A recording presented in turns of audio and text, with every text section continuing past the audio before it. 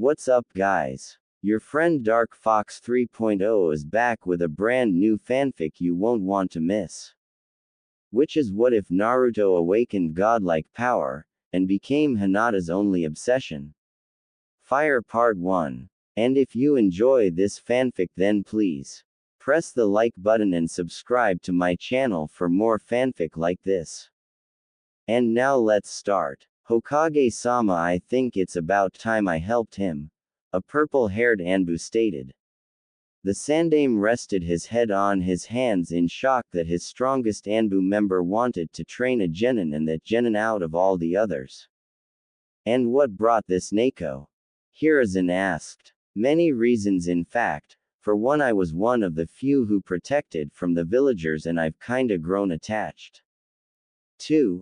I witnessed his so-called training method with his team and I feel like his talent is wasted on Hitaki, since the Cyclops will only train the Uchiha because the idiotic council. And 3. The most important reason, we owe it to his parents and ever since he was born no one tried to help him. No offense, Hokage-sama, but the people at the ramen stand did a better job taking care of him. I know you want to protect him, but you are doing it the wrong way. Let me teach him his mother's technique, he can learn them without knowing whose they are and we can pay the debt towards Lord Forth and Kushina. Neko offered. Hiruzen thought about this. It's true, Naruto hasn't had a proper teacher or anyone to look after him. Even if he had to admit with proper training, the young blonde would be a force to reckon with, and him being trained by an Anbu would help even the odds. This might be the only thing he could do for the boy. Neko, take off your mask. The Anbu nodded. She took off her cat mask to reveal a beautiful purple-haired woman with brown eyes. Azuki Yugao, do you accept the S-rank mission to train Genin Uzumaki Naruto for the next year until the Chunin exams? Hi, Hokage-sama. Yugao answered. And Yugao, don't speak a word of this to anyone, I'd rather have everyone who ever doubted the boy reap what they sowed. The Hokage chuckled. Hi, and Hokage-sama. Thank you. Yugao then shunshin away with a noticeable smile. Naruto's apartment. Naruto just got back from the wave mission with his team and was now boiling some ramen until he heard a knock on his door. When he opened the door, he saw a purple-hair lady standing there, but what confused the blonde was the familiarity he felt from. Then he remembered who this was. Neko-chan. Yugao was surprised he knew who she was without her mask but nodded. The next thing, she was being embraced by the 13-year-old boy, and decided to return the hug. I can't believe it's you. I missed you, Yano. I missed you too, but how did you know it was me without my mask? Yugao asked. Naruto gave her a confused look before responding. You know, I'm not really sure. When you were at my door I just felt a warm familiar sensation coming from you. Yugao was shocked at this, but she had to confirm it. Have you ever felt this sensation before? The ex-Anbu asked. Yeah, actually. It's like I know how many people are near me, but don't know who they are unless I've met them before, the blonde responded. Naruto-kun, I believe you are a sensory-type ninja. A what? Naruto responded, giving Yugao the cute little boy look that made her squeal in her head. Kawaii. You can sense people's present as well as their emotions. Anyway, do you mind if I come in? Naruto nodded and led her to the living room and gave her some tea. So Naruto, the reason I'm here is because I was assigned to train you for the next 6 months till the Chunin exams. The Hokage and I agree that training on the same team as Hitaki might be hindering, but we can blame the council for that. What do you mean? They practically forced Kakashi-san to train the Uchiha against his will, so I'm going to train you. You will still do missions with them, but only D-rank missions. I don't want you tired when training with me, and as an award I'll talk to Hokage and ask him to tell you a secret. Cool, So am I going to learn some kick jutsu and maybe get Sakura-chan to like me? Naruto asked in excitement. Naruto, calm down, Yugao giggled. I'm going to let you know about your training. We will first work on your physical abilities like weight, strength, speed, endurance, and your chakra control. Second will be perfecting your chakra control. After that I'll teach you kenjutsu. Yugao then pulled out some scrolls and tossed it towards Naruto. The blonde looked at the scrolls in confusion and turned his head towards his new sensei. What's kenjutsu and what are these scrolls for? Yugao wasn't surprised that he didn't know what he was considering. All his instructors except Iruka was trying to sabotage him. Kenjutsu is the art of swordsman, in simple terms just like how ninjutsu, genjutsu, and taijutsu have different styles when it comes to certain people, so does kenjutsu. She then gave him a book. Why won't you look through this book and see what style interests you? Naruto took the book and started looking through it. After a few seconds he stopped on a page and his eye looked like it was hypnotized. He then looked up at Yugao with a huge smile. How about Kodachi style? That's an interesting choice. It focuses on speed and hand-eye coordination, plus you can dual wield two at a time, without worrying about losing speed. That style will definitely help you if you have wind or lightning affinity. Yugao pulled out some paper from her pocket and handed it to Naruto. Pump some chakra into this and we can find out what your affinity is. Naruto nodded and did as he was told and pumped some chakra in the sheet of paper. He was surprised when the paper split in half. Yugao was about to speak but stopped when something unexpected happened. One side of the paper was soaked. The ex-Anbu was quiet for a while then snapped out of her thoughts when Naruto spoke. Did I do it right? The blonde asked. Yes, Naruto, I was just caught off guard. It seems you have two affinities, one to wind and the other to water. Mastering one affinity is hard enough but two. Even a Chunin would have a hard time. Yugao explained. Well, what do I do? From what I've seen, you learn the Kage Bunshin Jutsu. Naruto nodded. Good, now make a clone. The blonde did as instructed and made a clone. Yugao made one and the clone dragged the Naruto clone to the bathroom, and closed the door. After what felt like 15 seconds, Naruto started to blush and turned to Yugao. Why did you do that? Do what? Why did you kiss me on the cheek? How do you know I did that? What do you mean? Naruto's eyes shot wide open. How did he know? The clone got kissed, not him. Then he realized. I have his memories. Exactly. So if you read a book or practice chakra control, the memory and experience will be transferred to you. Yugao explained. The purple-haired Jonin then took out another scroll and pulled out what's inside, which was revealed to be chakra weights. Put this on your arms and legs. This will increase your physical prowess and every time it starts to feel light, pump some chakra to increase it. And never take them off unless you're sleeping, showering or if I say so. Naruto strapped them on and the moment he did, the weights started glowing blue. Then he fell to the ground. It took a while for Naruto to stand up. Yugao was chuckling a bit. If you train in those then you'll become stronger. Now tomorrow morning we'll start your chakra control exercise, and I'm aware you know the tree climbing exercise but you or should I say your clones are going to repeat it while sticking leaves to them. Great. After I get strong enough to beat Tem, Sakura-chan might start to notice me and give me a date. Naruto said excitedly. Yugao put her hands on his shoulders drawing his attention towards her. I'm going to be honest with you Naruto-kun, I think you should give up on Haruno-san. Naruto looked heartbroken. I think you're too good for her. I see the way she treats you, and I don't approve of how she uses you to heighten her own ego. You're not an idiot because you want love, and you are an angel for trying to make her happy, but I assure you that there are way better girls in the world. Do you understand? Naruto was sad, but even he couldn't deny the truth. Alright, I'll try to move on, and who knows, I might find someone better. Yugao nodded with a smile and sent Naruto to bed and gave him a schedule. She gave him a kiss on his forehead and left. 2 weeks after Naruto started training, his chakra control and sensory abilities went up.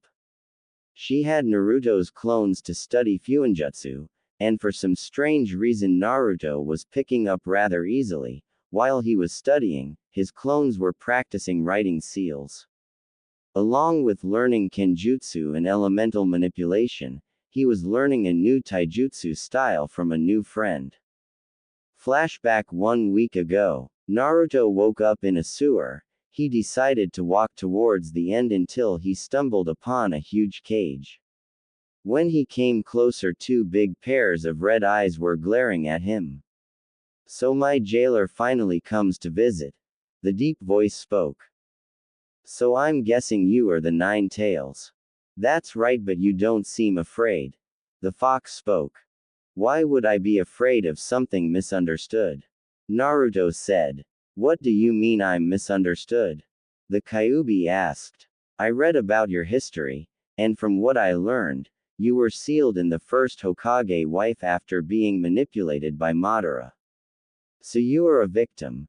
The fox was surprised. This kid didn't think of him as a monster, but how did he find out about his past?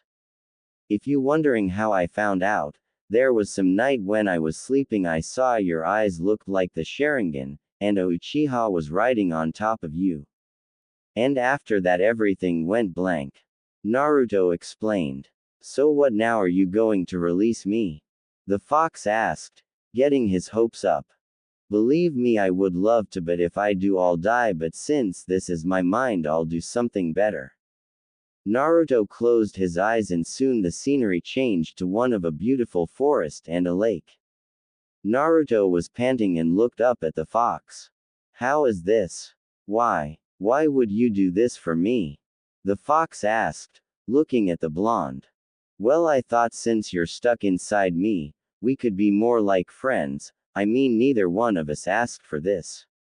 So we might as well make the best of this. What do you say, friends? Naruto offered a fist bump. Sure, Kit, and as a thank you gift I'll help with your training, the fox offered. Thanks, Kyuubi-san, Naruto said with a smile. Sure, Kit, and by the way, the name is Kuruma. Kuruma said, matching Naruto's grin. Flashback end. Naruto was currently waiting for his teammates at Training Ground 7, standing upside down on a tree, his weight 75 pounds each, reading an intermediate level Fuinjutsu book while leaves were sticking to him. After a few minutes Sasuke arrived at the field and it seems he didn't notice him, but Naruto just continued to train. Soon he felt Sakura's chakra signature approaching and soon she arrived at the field, approaching Sasuke to his dismay. Hey Sasuke-kun, how are you this morning? Sakura asked, but sadly she was ignored. Sasuke was just leaning against the tree Naruto was on with his eyes closed. Sakura started looking around like she was searching for something. Hey, where is Naruto? Like I care. The Uchiha responded. Yeah, you're right, who needs that baka? The pink kid responded. Naruto would have normally responded, but he remembered what his new sensei said. Flashback. Naruto, there are many ways to win a battle and one of them is emotions. Yugao said while doing kenjutsu sparring with Naruto. And. Why? Is it? Naruto asked, panting. Emotions like anger cloud your thinking and cause you to do reckless things or cost your teammates their lives. Naruto nodded. Remember Naruto, you are in control. Yugao said, clashing with the blonde again. Flashback end. Naruto ignored the comment instead of making himself noticed. He continued his studies and exercise until he felt his sensei near, so he quickly put his book away and laid on the branch. Soon Kakashi arrived in a puff of smoke. "You're late," the pinkett yelled. "Sorry, I saw a new book on sale and I was waiting in such a long line to get a copy," the Jonin explained. "Liar," Sakura yelled. "Anyway, are you three ready for another day?" Kakashi asked, confusing Sakura. "What do you mean? 3, Sensei, Naruto is not even here yet." Sakura replied. Kakashi gave her an eye smile. "What do you mean? Naruto has been here the whole entire time." Sakura and Sasuke's eyes widened and started looking around but couldn't find him. They then turned to their sensei and saw he was pointing up with his index finger, so they both looked up to see their blonde teammate there, like Kakashi said, meditating. When did he get there? The Uchiha asked himself. He could have at least said good morning. Sakura said. Naruto noticed his team looking at him and decided to hop down. "Naruto, if you were here the whole entire time, why didn't you say anything?" Naruto turned to the girl, then did 3 hand signs and a puff smoke surrounded him. When the smoke cleared, another Sakura was there. "Yay, who needs that baka? We don't need Naruto," Sakura said, before dispelling and turning back to Naruto. "Does that answer your question, Sakura?" Naruto asked. Sakura was surprised. Naruto never talked to her like that, and he didn't even add the chan like he usually does. "Naruto, are you okay?" "I'm fine." He then turned to face her. "I just did some thinking and decided to give up on you." To say Sakura, Kakashi and even Sasuke was surprised was understatement, but the blonde kept speaking. "You told me you'll never go out with me even though I really liked you and treated you better than Tem. But all you did was shout at me and hit me. Well, if you want to follow someone who doesn't even like you, that's fine, because I'm not about to do the same. I just hope you're happy and don't regret it." Naruto finished, turning his face back to his sensei. Sakura didn't know what to feel. She was happy that Naruto was going to stop pestering her, but somewhere in her heart there was pain because she felt like she just lost the one person who thought so highly of her. "Well, no, that's out of the way. Why won't we start off with a spar?" Naruto, Sasuke. Naruto and Sasuke approached the field with the Uchiha smirking. "Ready to lose, Dobi?" Sasuke taunted. Naruto didn't respond and kept his gaze on Sasuke, ready for the signal to start. Kakashi was surprised by the change of his student but initiated the battle. "Hajime." Naruto charged at Sasuke with speed, surprising his teammates, but Sasuke smirked. "The Dobi thinks he is better than me, I'll put him in his place." When Naruto got in his range, Sasuke back his fist, getting ready to deliver a blow to the blonde Jinchuriki. Fortunately for Naruto, no one noticed his smirk. Flashback. Naruto and Yugao were at Ichiraku with Jonin explaining something to the blonde. "Naruto-kun, do you know what strength and weakness are?" The blonde nodded. "Do you know what your strengths and weaknesses are?" Naruto shook his head sideways. "Your weakness is your chakra control, but that is because your chakra level is a size of cage, so controlling that much will take time. And we cannot forget your endless stamina. Note to self, keep that info from Anko, because of your stamina you can wear out an opponent and strike him down easier. All you have to do is..." Flashback end. Sasuke threw a fist at Naruto, but then the blonde surprised him when he jumped over the Uchiha, getting behind him and swept kicking. Before the Uchiha could get up, Naruto pulled out a kunai and pointed at Sasuke's neck. "Give up." Sasuke gritted his teeth and smacked Naruto's hand and rushed him, unleashing a barrage of attacks. Meanwhile, Naruto kept parrying his attacks while moving backwards.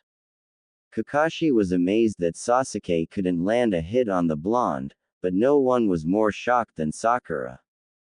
Kakashi-sensei, why can't Sasuke-kun land a hit on Naruto? The pink kid asked. Kakashi ignored his female student and tried to figure out why Naruto didn't bother to attack.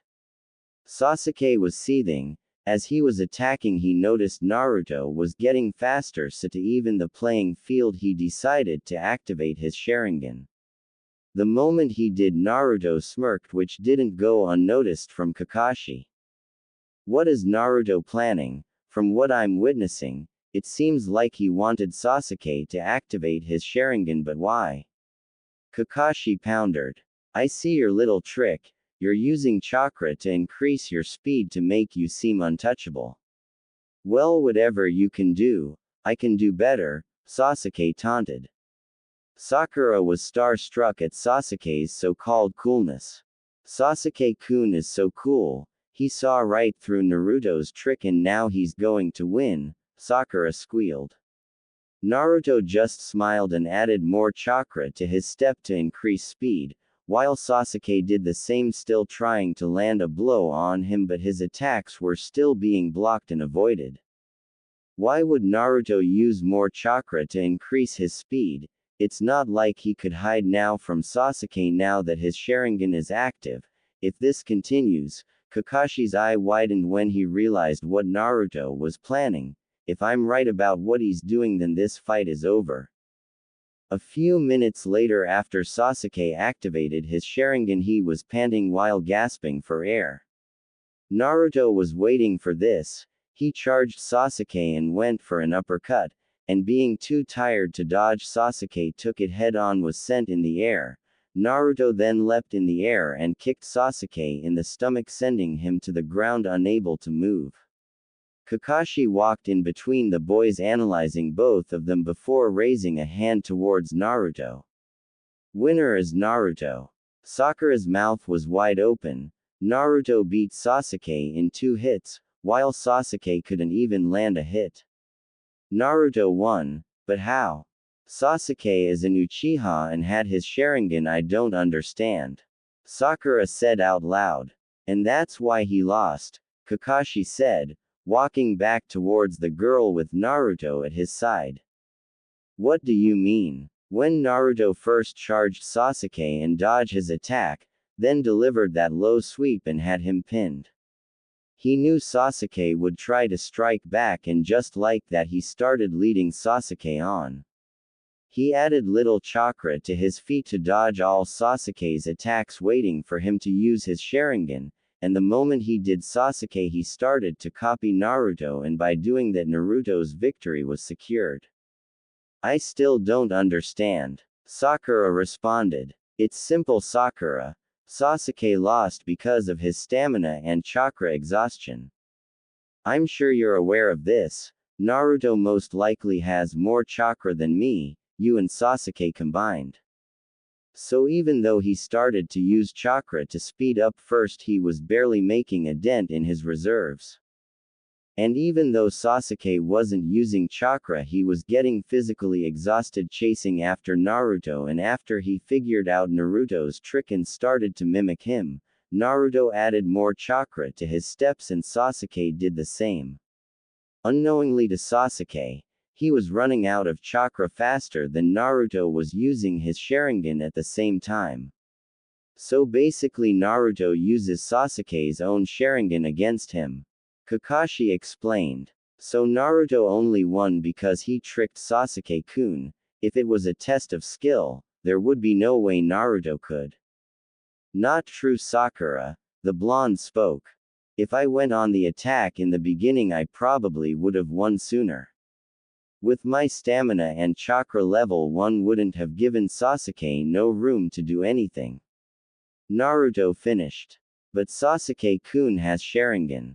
Sakura replied. And I still beat him, so face it, Sakura, no one is invincible.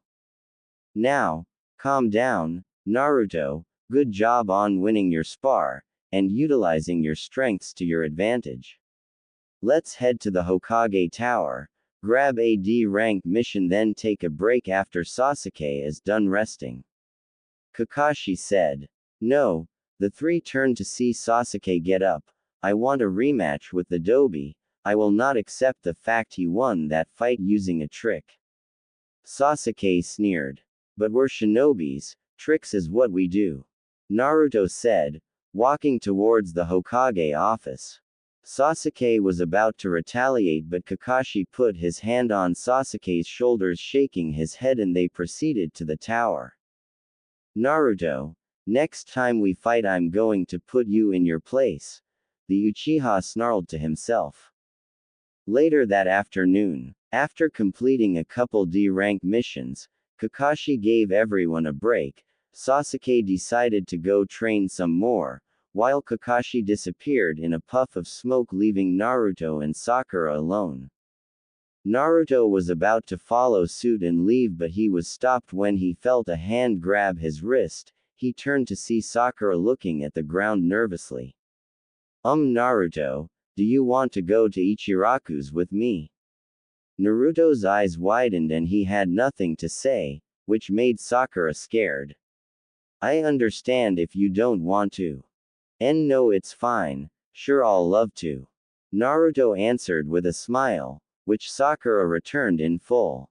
When they both approached the ramen stand, Naruto and Sakura are greeted with a hello by Tuki and a hug by Ayame. Naruto then ordered 2 bowls of beef ramen, and Sakura was about to order vegetarian until Naruto convinced her to eat something more calories, which caused the pinkett to complain until the blonde, with the help of Ayame, explained if she didn't she will grow up being as flat as a board, since she will have nothing to burn when she's active on a mission or training.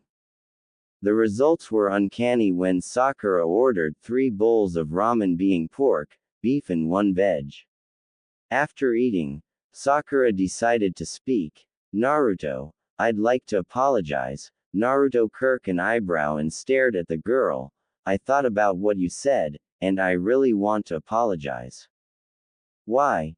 Just so I can become her fanboy again. No thank you. Naruto thought to himself, in doubt of the pinkett's sincerity. Even if you don't believe me, I truly mean it. I made fun of you, hit you several times without restraint, disrespect you. I've done nothing but mistreat you every day, and all you've done was support me and have my back when no one else would. Sakura stated as she clenched her fist while facing the ground with her eyes closed. A single tear began to make its way down her cheek as she pleaded. I'm sorry, Naruto, I'm so sorry. You're the best friend, no, the best person that I have in my life, and I've been taking that for granted. Naruto was shocked at the apology. You think of me as a best friend? The blonde asked. Sakura's eyes shot up and met Naruto's, her eyes filled with tears and pain. Yes, Naruto, I didn't before. I took you for granted and I didn't appreciate it. I never realized how happy you made me every day, every compliment, every effort to get my attention. I loved it all, and I love having you in my life. Sakura said with both of her hands over her heart as if it was in pain. She was afraid to hear his response, afraid that her apology would be rejected. Sakura, Naruto said, causing the pinkett to jump in fear. If you ever thought that I would stop supporting you, then you're an idiot for thinking that. I would never give up on my friends, and I will always have your back and give you my support every day. So don't ever think that's going away anytime soon. I'm still the same guy you've always known, Dadbao. Sakura's eyes glowed, surprised that Naruto accepted her apology. He forgives me. No, I shouldn't be surprised, the pinkett thought to herself. Unconsciously she began to walk towards him. It's Naruto after all. Naruto's eyes grew as wide as they could with Sakura's arms wrapped around the back of his neck and kissed him.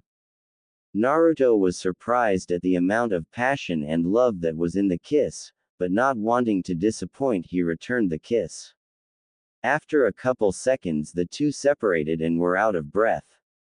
Sakura looked at what she had done and started to blush. I'm so sorry, Naruto. I don't know what came over me. Are we, still friends? Sakura asked nervously. Naruto smiled. The best. Sakura smiled and looked nervously at her empty bowls. So how was it? That was my first kiss after all. Sakura asked. Enjoyable. I'm glad I got the honor of being your first. Naruto answered. Great. And can we keep this a secret?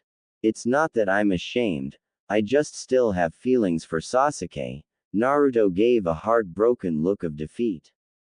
But I think I'm starting to like you as well. Sakura added, causing the blonde to look at her. I just need time to sort things out. Don't worry, Sakura-chan. No matter who you choose, I will support you and we will be best friends till the end. Sakura gave the boy a loving smile, and after they were done eating, Naruto walked the girl home and decided to head home to train. Nice going, Kit. You snagged the pink one, but she's just the beginning. But enough about that, can you sense that? Naruto stopped and concentrated to figure out what Kuruma was referring to. Then he turned to the direction of an eating district. It feels like sadness, and loneliness. But it feels like the type of loneliness that I felt before we became friends, and I joined Team 7. Whoever it belongs to doesn't deserve this loneliness. Kit, you should try to feel the other emotions around the person. Naruto closed his eyes for a moment before reopening it. Is that pheromones? Lust, and it's coming from more than one person. Exclamation mark. I think I know who the loneliness belongs to. I heard of a kunoichi who was betrayed and treated wrong from Gigi, so I decided to look for her so I can make a friend, but I could never find her. Naruto proceeded towards where the emotion was, and noticed it was coming from a dango shop. When he went in, he saw a woman with purple hair in a fan-like ponytail, wearing a orange skirt, with a fishnet shirt and legging to match, with armor on them. But what caught his attention was her eyes. She was alone, and wearing a mask like he does. And to make matters worse, the lust he was sensing was coming off two male chunins. If I didn't know better, it would seem they're trying to get their wet and she's not willing. Scum like this gives men like us a bad name. I'm ending this.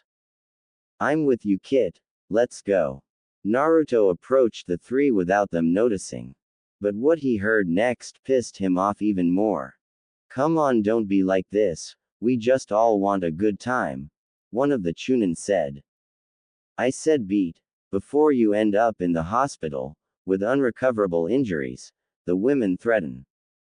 Who's going to make us, you lucky to even be wanted, considering who you are, snake whore? The second chunin retorted, making the kunoichi flinch. One of the chunin reaches for her wrist, but to his and the other one's surprise, someone grabbed his wrist and gripped it tight, causing the chunin to grunt and turn to the owner of the hand. Who they saw surprised for a while, but it soon turned to irritation. What do you want? Demon brat, you have no business here. Actually, that's where you are wrong. As a Konoha shinobi, it's our duty to protect each other, not harass others. Now would you be so kind and leave this beautiful woman alone? Naruto asked calmly, with cold eyes. Or what? You know I find it funny how you are protecting this woman, don't you know who she is? She's the snake whore no one cares about. She'll sleep with any guy just to feel wanted. Ah, I see, maybe you want a turn. Well, get in line, kid. The second one said. Naruto's hair covered his eyes and he was shaking. Anko didn't notice and was afraid that this kid was going to look down on her like everyone else. But she broke out of thought when she heard him mumble something. What did you say, brat? The same chunin asked. Leave her alone, or you'll deal with me. Naruto threatened with his crimson eyes and demonic voice, causing the two chunin to run and scream, while Kuruma was laughing in the back of Naruto's mind, while Anko was surprised that someone defended her knowing who she was. Naruto turned around and sat at the same table before speaking. Sorry about my gender. Those guys should be ashamed of themselves. Anyway, I always wanted to meet you, Anko-chan. Can I please get some dangos over here? Really, brat? Why on earth would you want to meet me? If it's to get boned, you might as well. That's not the reason, I assure you. I wanted to be friends with you for a long time since the Hokage told me about you. Naruto answered. Anko was shocked to her core that she could possibly have another friend, but she needed to know why. You want to be my friend? May I ask why? Naruto signed and decided to drop his emotional mask. Look into my eyes and you'll get your answer. Anko was confused, but decided to test it out. What she saw in his eyes, her heart almost broke. This kid had the same eyes as her. Loneliness, be hated, abandon, sadness and long for love. He noticed and decided to speak. As you know, I'm a Jinchuriki, and ever since I was born, I've been targeted for attacks and the villagers' hatred.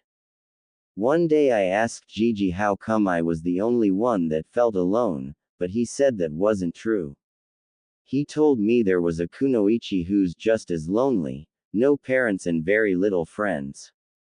I had hoped that I could find you, but he said you would be near training ground 44 and I shouldn't go near there until I became a genin, but to my misfortune I could never find you. Naruto explained. Anko's heart was racing that there was someone in this Kami-forsaken village that wouldn't treat her like an outcast and went through so much trouble to find her. Anko was unsure what to do, but this kid wore a mask and dropped it for her, so she decided to do the same and let her true self out, so she reached for his hands and held it in her own, causing the blonde to look at her. What he noticed was she was sobbing quietly and looked at him with pleading eyes. Do you really want to be my friend? Naruto smiled with tears coming down as well. Yes, I do. She gripped his hands harder. You won't abandon me. No, I won't. And you're okay with me being the snake whore? As long as you're okay with me being the demon brat. Anko smiled and nodded. Well, it's good to finally meet you, hubby Haim. Anko blushed at the nickname and put on a flirtatious grin. Same to you, Foxy-kun. After the introduction, they start to get to know each other's hobbies and dreams. They even had a playful argument about what food was better between ramen and dangos. Anko, however, scowled when Naruto told her about how his team treated him and at Kakashi not training the blonde favoring the Uchiha. She was happy to hear that he made up with the pink head and surprised to find out de Yugao was training him a kenjutsu and other related techniques. So in honor of their new friendship, Anko was going to teach Naruto about stealth and assassination techniques and some snake-style moves. She also was going to get another friend who is a genjutsu specialist, guess who, to help the blonde in chakra control. And in return, Naruto promised to study more fuinjutsu to get the seal off Anko's neck, which caused the girl to hug the blonde, pressing his face in her assets, which she didn't mind. After the conversation, the two bid farewell with Anko licking Naruto's cheek, which she explained as a way of marking him. Next day, 8 a.m. Naruto was looking through a book of fuinjutsu intermediate level, while he had some clones around his apartment do affinity training. He needed to find a way to purge the seal of Anko, but first he had to understand it. From what Anko told him, all she knows is there is a slave seal and storage seal with Pitamaru genes in it, but the third seal was unknown. He was broken out his thoughts when he heard someone knock on his door. He released his clones and went to the door and opened it to find a beautiful kunoichi with raven black hair, red eyes and red lipstick. She was wearing a red blouse with bandages wrapped around her body. Excuse, but are you Naruto? The kunoichi asked. Hi, who are you? The blonde responded. Before I answer any questions, do you mind if I come? The kunoichi asked. Ah, my apologies, to leave a beautiful lady outside like this is disrespectful, Please make yourself at home. The kunoichi blushed and walked in. When she stepped in, she noticed the apartment was a lot cleaner than she thought. And on his porch he had a mini garden, not a hobby most guys would bother with. She then looked at his dining table and noticed books about fuinjutsu, taijutsu, kenjutsu, and chakra affinity. She broke out of thought when she heard his voice. Do you want some tea? The blonde asked. Sure, thank you. He then brought a cup to her and sat down at the table with her. She then decided to introduce herself.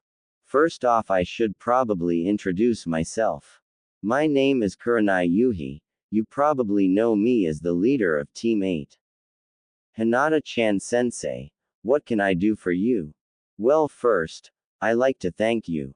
You probably are unaware, but Anko is my best friend and like a sister to me. When I met up with her yesterday night, she told me about what event went on at the dango shop, and she wouldn't stop talking about her new friend. As you know, she didn't really have any friends growing up and you made her so happy, it brought joy to my heart. So thank you, Naruto-kun. Surprising the blonde, she reached up and cupped his cheek, kissing it slightly, causing him to blush, and rub the back of his head. Kurenai smirked. He has a big heart and is very innocent. If he was older, I would probably keep him for myself, not that age matters in the world of shinobi. The Jonin thought, and the second reason I'm here is because I was told you might need help with chakra control and genjutsu. I already know Anko-chan and Yugao-san is training you as well, but that doesn't mean I'll go easy on you. Naruto eyes widen and smile. Thank you, Kurenai-sensei, I won't let you down. Kurenai smiled. Kurenai-chan is fine, Naruto-kun. Hokage office. Jiraiya, did you find her? The old man asked his former student. Yes, I did, but are you sure she'll come back because the Gaki is alive? He questioned. I'm positive. I have reason to believe that someone told her Naruto-kun perished alongside his parents. When I last messaged her, she wrote back saying she would have stayed if Minato Kushina or their son survived. Jiraiya was shocked at this. Which means she was fed false information. I'll see if I can convince. Jiraiya was cut off. No, you will tell her I order her to come back. Naruto needs her and she needs him. They both suffer from the loss of family.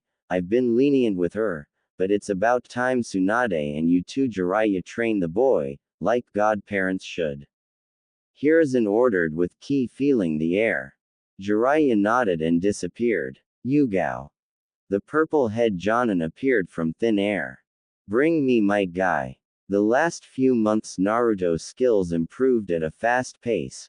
Thanks to his new senseis, he learned the basics of kenjutsu and was learning his mother's whirlpool style, even though the blonde was unaware of this. Naruto switched from kodachi to a longsword, since the whirlpool style required it, and the blonde also explained that the kodachi didn't feel right to him. While they were training, he was introduced to Tenten, who stumbled upon them and was drawn to the two sword users immediately. Naruto soon bonded with the girl since he discovered they were both orphans.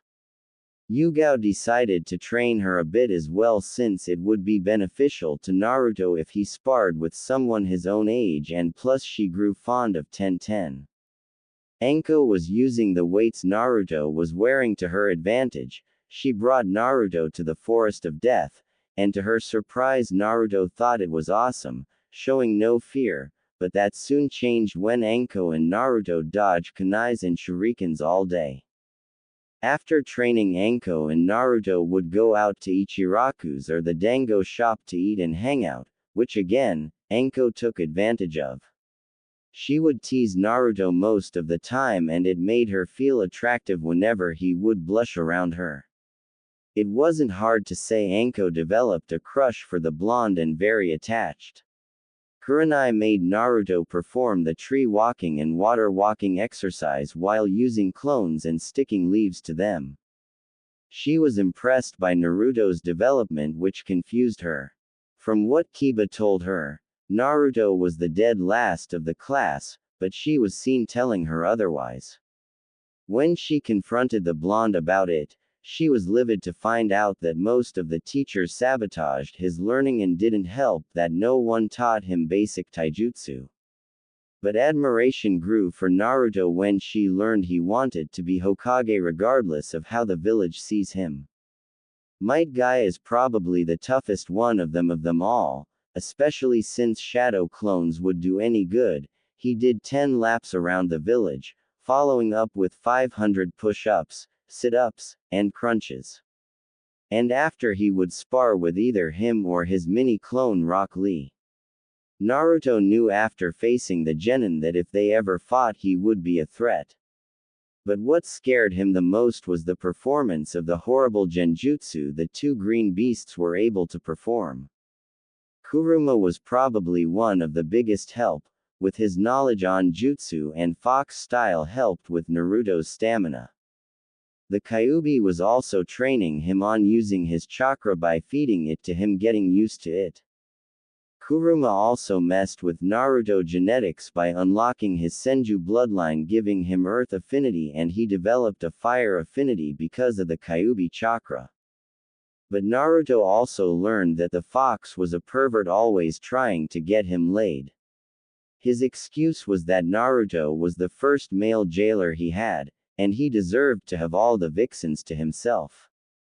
Naruto was about to dismiss the idea until Kuruma informed him that most of the girls around him were slowly becoming attracted to him and he would hurt their feelings, playing into the blonde weakness. At the moment, Naruto along with the rest of the team was at the Hokage office receiving their next mission. I'm glad your team can make Kakashi. Now that you're here, I have a special mission. AB rank mission. There's a bandit camp located outside the village. I need you to eliminate them. I have sources that say they are selling Konoha weaponry, Sarutobi said. Sakura was nervous when she heard the word eliminate, and Naruto noticed. Excuse me, Gigi, but when you say eliminate, do you mean? Sarutobi nodded, causing Naruto to sign. I see. Naruto gave Sakura a side glance which went unnoticed by everyone but the Hokage. Don't worry, we'll get it done. Now come along, my cute little genin. Kakashi. Soon the three followed their sensei, trapped in their own thoughts. Finally, I can finally test my skills, and soon I will be one step closer to killing him. Sasuke thought with a smirk. Do I really have to kill some? I mean, I know we're ninjas and all, but. Sakura thought to herself. Naruto was behind the group, watching from behind. When they made it outside, Kakashi instructed them to pack for a 3-day trip.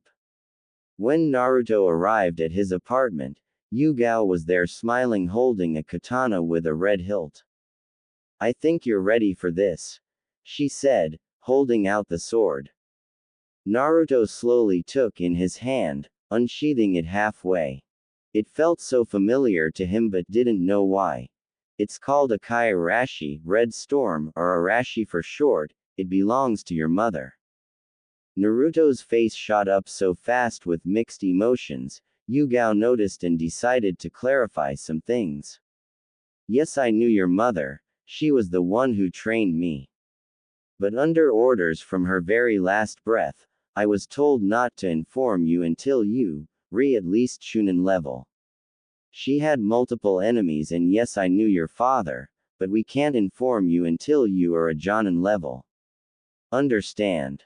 I understand, and thanks for training me. Naruto responded. Do misunderstand me, we are not done with your training, but good'll UCK nonetheless. Yugao bent down and hugged the blonde. She stood back up and gave Naruto a devilish smirk. But before you leave anywhere, no student of mine is wearing a kill me monstrosity. Yes, finally, I don't have to look at that horrible jumpsuit ever again. Kuruma cheered. Naruto's sweat dropped a bit. It's not that bad, is it? Naruto argued. Kuruma and Yugao gave him a deadpan look. Naruto signed. Fine. Anything else? Yugao smiled. I'm going to show you a sword sealing jutsu, that way you can seal it on your arm. And that'll be all. Village gate. Sasuke and Sakura were waiting at the gate for their third teammate, and their sensei. Sakura was getting impatient while Sakura was trying to find a way to talk to him. You should ask him what he thinks about us, that way you could see where they stand. Sakura nodded, and approached the emo. Sasuke-kun. Sasuke didn't even spare a glance, but she continued. What do you think of me as a person? Sakura asked. Sasuke turned his head towards her with a cold look, making the girl shiver. You want to know what I think? Sakura nodded. I think you are just useless dead weight, just an annoying fangirl who can't take no for an answer. I don't even know why you became a ninja. And just to make another thing clear, I will never like you or that useless Yamanaka. You're better off with the Dobi. Sasuke finished before turning back around. Sakura's heart took a nosedive and she fell to her knees beginning to cry until another voice was heard. Well, you know what I think. Sakura and Sasuke turned to the voice and saw Naruto but in a different attire. He was wearing a blue jacket opened with a fishnet shirt underneath that showed his muscle gain from his training with the green-blue jacket had orange stripes coming down the sleeve with the Uzumaki swirl on the back. He wore black cargo pants and sandals with his headband tied around his neck letting his hair free, which seemed longer than before. Sakura was blushing up a storm at this new look. As that Naruto, he looks so cool, so mature, so hot. Damn it, we shouldn't have rejected him all those times he asked us out. If I knew just a change of clothes was enough to turn him from an idiot to a smoking hot stud arg. Inner yelled, with Sakura nodded in agreement. I think Sakura is pretty smart and beautiful to add. So she's a fangirl, a step in the right direction she can become stronger than you. Naruto's comment caused Sakura to blush, and Sasuke to stomp towards the blonde standing face to face with him. How dare you? No civilian bitch can become stronger than a Uchiha, especially an elite like me. After all, only a Uchiha can beat a Uchiha. Sasuke sassed. Naruto glared back causing Sasuke to shiver and step backwards a bit. First of you Uchiha asshole, Sakura isn't a bitch, she's our teammate, and our comrade. Second, if it takes a Uchiha to beat a Uchiha, tell that to the first, second and fourth Hokage, Haku and Zabuza who kicked your, and me who beat you in our spar 2 months ago. Naruto argued. Sasuke threw a punch at Naruto but the blonde disappeared making the emo confused until he felt something sharp against his neck. What happened? I thought a Uchiha could beat a Uchiha, yet you're the one with a kunai at his throat. Sasuke turned around to see Naruto glaring at him while releasing some ki. Sakura was amazed at Naruto and her opinion on him shot up. Sasuke was seething. Alright, calm down everyone, we have a mission to do. Kakashi said, appearing out of nowhere. Naruto moved away from the Uchiha, who was glaring daggers at him, to stand next to the Pinkett giving her a warm smile. Is everyone ready? The 3 genin nodded. Kakashi then leapt into the trees with the others following with Sasuke in the front, Naruto in the middle, and Sakura in the back. Naruto slowed down a bit to move next to Sakura, grabbing the girl's attention. Don't worry. No matter what happens, I'll protect you and if you need to talk after the mission I'm all ears. Naruto said, giving her a warm smile. Sakura returned it, grateful that the teammate she used to bully was being so nice to her. It's weird, she always pictured Sasuke as her knight, keeping her safe, feeling her with confidence and giving her the warm feelings she currently has, but Naruto was doing it instead. Thanks Naruto-kun. Naruto nodded and the two proceeded to follow the two Sharingan wielders. A day later, Team 7 arrived in the trees outside the bandit camp, trying to gather whatever intel they could. There were 2 huts, big enough to hide at least 10 people, but Jonan was unsure, he needed to figure out at least an estimate. There are 23 people. Kakashi turned his head to the blonde, giving him a questionable look. I said there's 23 bandits. How do you know that, Dobi? Sasuke asked. Naruto, are you able to sense other people's chakra? Kakashi questioned. Naruto nodded. But it's strange. What is Naruto-kun? Sakura asked. Well, from my understanding, normal bandits have chakra levels of an academy student, correct? Kakashi nodded. Then we have a problem. There are 2 chakra signatures between yours and the Tem. I think there are 2 Chunins here. Naruto added. Kakashi narrowed his eyes. Where are they? Kakashi asked. There is 1 in each tent. If you don't mind, may I recommend something? Kakashi nodded, giving the okay. Now that we know there are at least 2 ninja, I think we should capture one for interrogation. Good idea, Naruto, I'm proud of you. Now I think we should split up.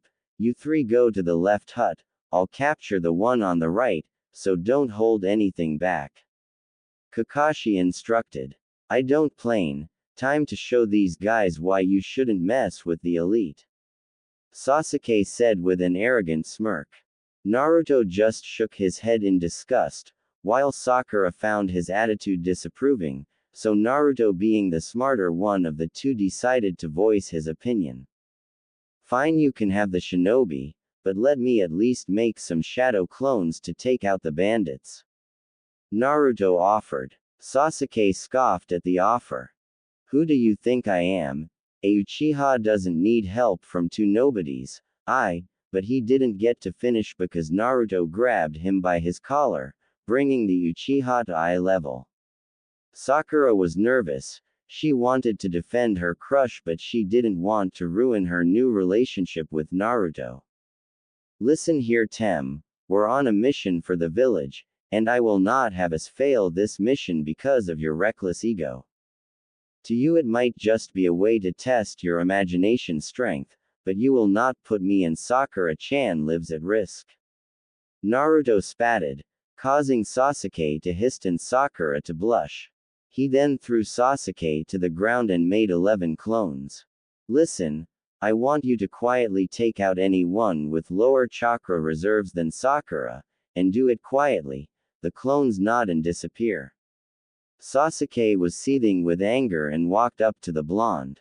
How dare you treat me like that? I'm an elite and you should bow to me. I wanted to fight them to test my skills and I will not let you get in the way of my ambitions. Sasuke practically yelled. Naruto glared at the emo, ready to knock him out until he started throwing up. Sakura ran towards the blonde, worried for her blonde teammate, while Sasuke took the opportunity to leap away. Naruto-kun, are you okay? What happened? Sakura asked. My clones, took out all the bandits. Naruto answered. Seeing Sakura's confused face, he decided to explain. When a person has their first kill, they experience trauma, right? Sakura nodded. Well, since my clone killed 11 bandits, and I just gained their memories, I just experienced it 11x. Sakura's eyes widened and began to hug the blonde, rubbing his back, in an attempt to comfort him. Why would you do that? Sasuke and I would have been able to help you. It's Sasuke now. No, Sasuke-kun, Naruto teased, making the pinkett blush, trying to lighten the situation. But to answer your question, I saw how nervous you were when we were handed the mission. I figure you couldn't bring yourself to take a life, so. Naruto was cut off. You did this for me. Naruto nodded, causing the girl to hug him tight before her, making the blonde blush. Thank you, Naruto-kun. Naruto smiled and hugged the girl back. No problem. Now let's go find Prince Emo, before he gets into trouble. Sakura was about to argue until he put a hand on her shoulder, giving her a warm smile. I'm fine, but if you want we can talk after the mission. Naruto offered. Sakura agreed and together they proceeded to follow their other teammate. In the hut, what's going on, and why did it get so quiet? Stupid fools, can't trust no one these days, yelled a shinobi wearing what seems to be a Chunin vest. Well, that's something we can agree on. The shinobi turned around to see Sasuke standing there with a smug look. You should feel honored. After all, it's not every day someone has the honor to face a Uchiha elite. An Uchiha? Ha ha ha, like I give a damn, I'm still going to kill your brat. The ninja charged at Sasuke with a sword in his hand, while Sasuke whipped out 2 kunais and activated his Sharingan. The enemy nin brought his sword down into a horizontal slash towards Sasuke, which the Uchiha blocked, but to his dismay forced him down to one knee, struggling to get up. The enemy then kicked Sasuke into the gut, sending him back, but Sasuke regained his balance, tossing the 2 kunai at his enemy, which was parried by the sword user. For Uchiha, you're sure not nothing great, the enemy taunted, making Sasuke glare at the shinobi. You dare mock the great Uchiha clan? Sasuke yelled in anger, then went through a couple hand signs, which didn't go unnoticed. Kaden. Gukaku no Jutsu. Fire style. Fireball Jutsu. Sasuke shot out a huge Pharrell towards the mystery shinobi, but he was not prepared for a counter. Sweden no Jutsu. Water style. Water bullet. Both of the jutsus headed directly for each other, and when they met, the water jutsu pierced Sasuke fire, hitting the Uchiha, sending towards the wall. That was too easy. Now it's time to finish this. The shinobi charged Sasuke with the sword in hand, preparing to strike the final blow, while Sasuke had his eyes closed waiting for it to be over, but the moment he brought his sword down, it was blocked by another. Looking up, the shinobi saw a boy with blonde hair standing in front of him holding a sword with a red hilt. He then jumped away a few feet with a smile on his face. Well, another swordsman. Tell me, what's your name, Gaki? Before Naruto could answer, Sasuke interrupted from behind the blonde, while Sakura was tending to him. Why are you here? Sasuke asked. Naruto didn't answer since he was focusing on the enemy, which frustrated the Uchiha more. Answer me, damn it. Sasuke, we're here to help you. After all, we're a team and we have to stick together. Sakura answered with a small smile. Sasuke scoffed at the reply, pushing Sakura away from him. I don't need help from someone as pathetic as you. I'm a Uchiha elite, I could handle this guy by myself. I'm not weak like you. Sasuke spat, causing the girl's heart to crush. He then turned to Naruto, who was still focused on the enemy. That goes for you as well, dead last. This is my battle and I will not be outdone by you. Naruto looked over his shoulder, glaring at the Uchiha, which made the emo shiver, but didn't respond and turned his head towards the enemy. My name is Naruto Uzumaki. And you? Kiska? I want to request a battle as a fellow swordsman. I might be an enemy, but as a fellow swordsman it will be an honor to fight a holder of Arashi. He pulled out a new longsword from a scroll, similar to Naruto's, but the hilt was light blue. I'll be using this, Umi Bunkatsu, see split. Naruto could feel power coming from the blade, just like his Arashi. What's with the aura coming from our swords? I can feel the power radiating towards each other. Naruto asked, getting the attention of a power-hungry Uchiha at the mention of the word. If you win, I'll tell ya. Kiska charged at the blonde at Jonin-level speed, slashing down. Naruto, reacting fast enough, thanks to Anko's training, countered with a horizontal slash. When the two blades met, it caused a shockwave, sending a gust of wind everywhere. Sasuke and Sakura had to cover their eyes to block out the wind. Meanwhile, Naruto and Kiska were at a stalemate. For someone so young, it comes to a surprise that you're able to block my attack. Kiska then started to release a barrage of attacks towards the blonde, which Naruto was struggling to parry. Kid, this guy is way more experienced than you are. I was coming up with a new dojutsu for you. I'll explain what it does later, but for now, hurry and focus some chakra in your eyes. Naruto nodded and did as instructed, and when he looked at Kiska, it seemed he was moving slower than before. Naruto then started to attack back, which was blocked. Kiska started to get excited. I'm not sure what just happened with your movements, but this is great. Kiska and Naruto jumped back from each other, both smirking at the other. Nice Gaki, but can you stop this? Kiska started to surround his Umi Bunkatsu with water, but Naruto could feel the power building from whatever attack was coming. Kit, start to do the same by focusing your wind chakra around Arashi, and when Kiska releases his attack, you do the same. Kuruma instructed. Got it, thanks Kuruma. Naruto replied, before taking a similar stance as his opponent, doing what Kuruma instructed. Kiska blade had a water vortex around it, while Naruto's had a tornado. After a few more seconds of charging, Kiska thrust his sword forward. Mizu Ransu, water lance, Kiska yelled, thrusting his sword with the water vortex coming out, heading towards the blonde, but Naruto was ready. Kei's Yari, wind spear. Naruto thrust his sword forward, sending out a spear made of wind towards the water attack. When they collided, there was a huge explosion, sending everyone flying, creating a huge dust cloud. Sakura was coughing, trying to get a clear view. When the dust cloud cleared, Naruto and Kiska were standing across each other, breathing hard. Sakura was impressed at the blonde performance. Naruto-kun is so strong, he is amazing.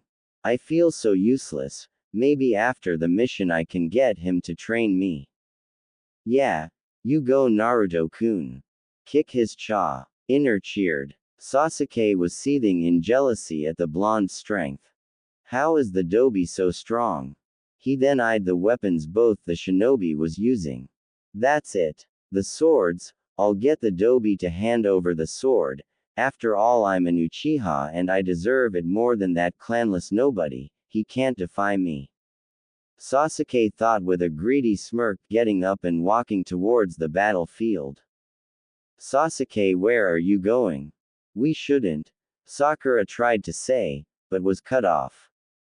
Shut it, bitch. I will not be upstaged by a loser. Sasuke yelled, making the Pinkett flinch, causing the attention to turn to him. Naruto was disappointed, while Kiska was slowly hating the Uchiha. Sasuke approached Naruto holding out his hand, which caused both the swordsmen to give him a confusing look. Dobi, I demand you hand over that sword. You don't deserve it, and I'm pretty sure it would be better in my hands. After all, I'm an elite and need that power. Before Naruto could respond, Kiska charged towards the Uchiha, kicking him in the chest and sending him towards the wall. Sasuke slowly looked up, gritting his teeth, to see Kiska standing in front of him. Kid, I never seen someone so arrogant. I might be a bad guy, but you're just scum. So I'm going to do the world a favor and rid the world of you. Naruto started to run towards his teammate, with Sakura in tow. Kisuke brought his sword down towards Sasuke, preparing to finish him off. Sasuke was terrified, then he looked towards his right and smirked, which Naruto noticed. He followed his gaze and saw he was looking at Sakura, but the Uchiha smirk made him feel uneasy. Kit. The Uchiha is planning to kawaii me with the girl. I'm going to send some chakra through your feet. Naruto was alarmed and dashed forward with the help of Kurama chakra, increasing his speed. Sakura was running towards her former crush, preparing some kunai to defend, when she felt a pull in her stomach. All of a sudden she was in front of Kisuke, which the swordsman didn't notice until the last moment. Sakura closed her eyes, life flashing before eyes, and the last thing she saw was Naruto giving her his signature grin with his blue beautiful eyes gazing at her. After a while, when nothing happened, she slowly opened her eyes to see Naruto standing in front of her, arms spread protecting her. Kisuke and Sakura were surprised at the speed Naruto used to get there, but soon snapped out of thought, with the former leaping back and turning his gaze towards the emo. What kind of sick bastard switches places with his teammate? Kisuke yelled. Naruto fell backwards, grasping his chest while in Sakura's arms, the pinkett crying. She is expendable. She should feel honored to sacrifice her life for the asked of the great Uchiha clan. At least she was useful. Sakura, Naruto, and even Kisuke were shocked by the Uchiha words. Sakura slowly took off Naruto's jacket and turned it into a pillow and laid the blonde on it. She then got up and approached Sasuke with her head down, making Sasuke raise an eyebrow. What do you? But he didn't get to finish because Sakura threw a punch at his face, sending him flying with a chakra-enhanced punch. I'm not expendable and I would rather die than help you. Sakura yelled, causing Kisuke to whistle at the girl. Sasuke slammed into the ground and was now unconscious. Stupid prick. Because of him, Naruto's hurt. Inner said. Sakura was angry at the unconscious emo, but was touched by the blonde for risking his life. She suddenly remembered the situation and turned to the swordsman with a kunai in her hand. Kisuke chuckled. Don't worry, I want to fight Naruto fair and square. I won't strike him while he's down, so I'll give him a couple minutes. Nice punch, by the way. Kisuke complimented. Sakura nodded. You're from Kiri, aren't you? Sakura asked. How did you know? Well, I saw your water attack, and you're a swordsman, so it kinda adds up. Sakura answered. Kisuke nodded. Then he and Sakura heard Naruto grunting and stood back up. But what shocked them was the scar on his chest was healed. Naruto-kun. I'm fine and nice punch. Naruto commented, making the girl blush. He then turned to Kisuke. I'm ready to finish. Fine, but after your teammate little stunt, let's end this with one attack, all or nothing. Naruto nodded and both sheathed their sword in a battle stance, pressure feeling the air. And for a brief moment they both disappeared and reappeared on the opposite side from their original spots. Naruto stabbed his sword into the ground using it as a crutch, but Kisuke fell to the ground with a cut to his chest, smiling.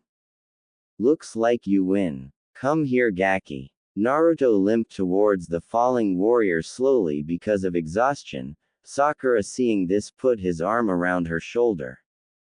Grab my sword and cut your finger. Naruto was hesitant for a moment but did as he was instructed. The sword absorbed the blood and began to glow and stopped after a few seconds. Since this is my last breath, I'm giving you the sword. By marking it with your blood, it will only allow you to wield it. Thanks for the battle, by the way. The swords we hold are legendary swords, but they won't just allow anyone to use them, they choose their wielder, and I had a feeling it would choose you. Sorry about the cut, didn't mean for it to happen. Before I go, let me tell you, there are many legendary swords in the world, so find them and master them, By Gaki. And with that the swordsman closed his eyes. You know he wasn't that bad. Sakura commented. Naruto nodded and sat down with Sakura next to him. She then decided to do something bold and kiss the blonde on the cheek, making him flush. Thanks for saving me, Naruto-kun. She leaned on his shoulder while waiting for their sensei. Naruto was laying down on top of the monument of the Yondaime with many thoughts running through his head. He was pissed at his emo teammate, and happy about the news he received. -2 hours ago, Team 7 was in the Hokage giving reports about the mission. Kakashi was worried through the whole trip back. Naruto hadn't said a word to him or Sasuke, but would have casual conversation with Sakura. He even let Naruto have all the weapons from the bandits Sasuke defeated as punishment for the Uchiha's action towards Sakura.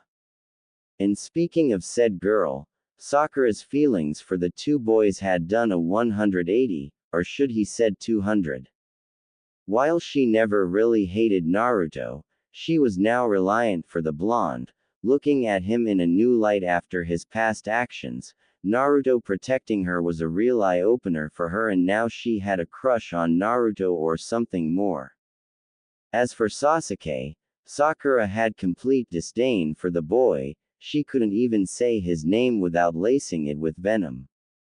He was wondering if he could get them to work together for the Chunin exams in a few months. After finishing explaining about the mission, Kakashi was eyeing his leader to see his reaction, and as expected he was pissed. I see, for Sasuke Uchiha punishment, half of his mission pay will go towards Sakura Haruno.